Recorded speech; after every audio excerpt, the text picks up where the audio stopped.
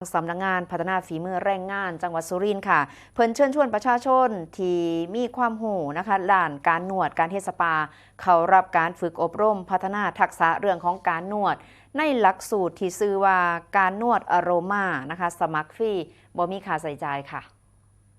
โดยผู้ที่สนใจต้องมีคุณสมบัตินั่นก็คือผ่านการอบรมหลักสูตรการนวดไทยเพื่อสุขภาพบ่น้อยกว่า150ชั่วโมงมีสัญชาติไทยมีอายุบ่ต่ำกว่า18ปี